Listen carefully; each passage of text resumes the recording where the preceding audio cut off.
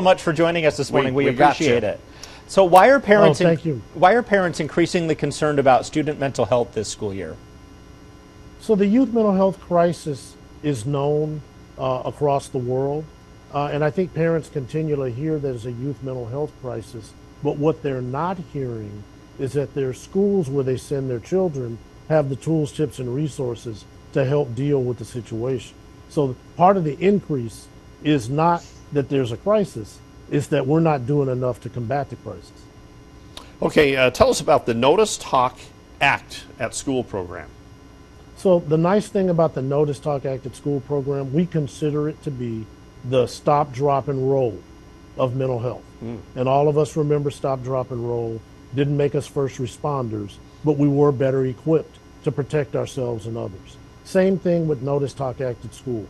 A 3-step, 2-hour program that comes at no cost to the school, no cost to the teachers and staff, no cost to the parents, where we're going to notice signs and symptoms of distress.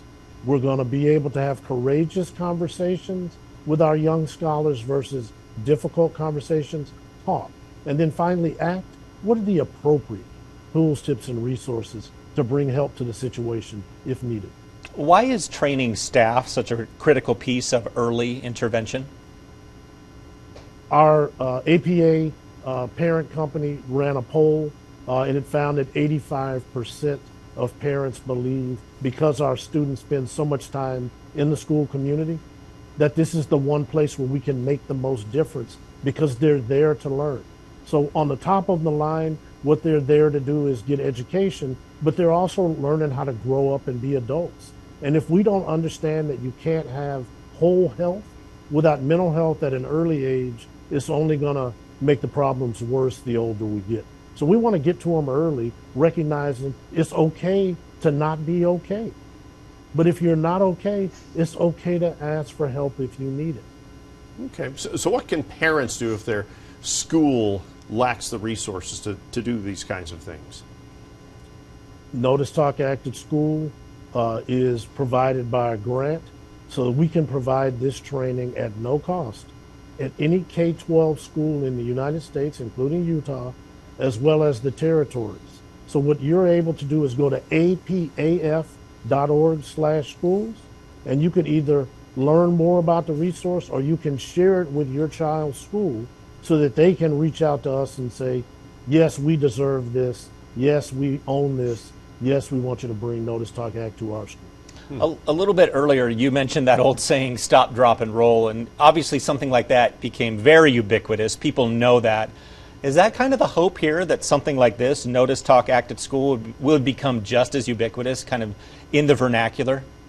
You're spot on. That's exactly what we're trying to do. And with the help of stations like yours, we believe we're going to succeed because we have to stay in it.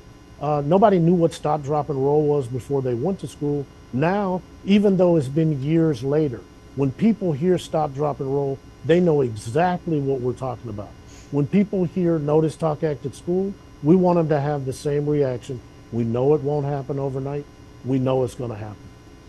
So have you had personal experiences why you're so passionate about this?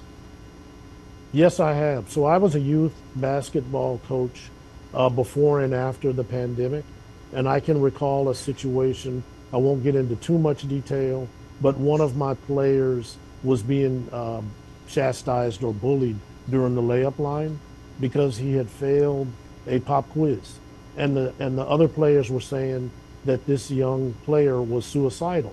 Before Notice, Talk, Act, I would have been sticks and stones, boys will be boys. After Notice, Talk, Act, my thought was, well, now I've got to do something because I don't want to find out tomorrow or 2 days from now something happened to that player and I didn't do anything about it and I'm the only person around who knew. So I was able to pull the player aside. We went and worked on free throws while the rest of the team actually continued doing layups. And then we got together, and what we started doing thereafter, instead of talking about win or kill when we broke a huddle, we started talking about together and what the community could do as a team. And then the other thing I was able to do is go to the parents immediately after practice and say, you know what, there was a tough day at school, the quiz didn't go well.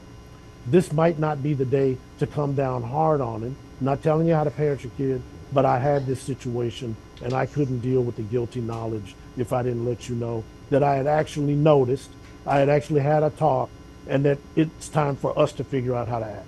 So where can people go to learn more about this? Maybe this is piquing some parents' interest this morning and they want to learn a little bit more. What are the best resources for them?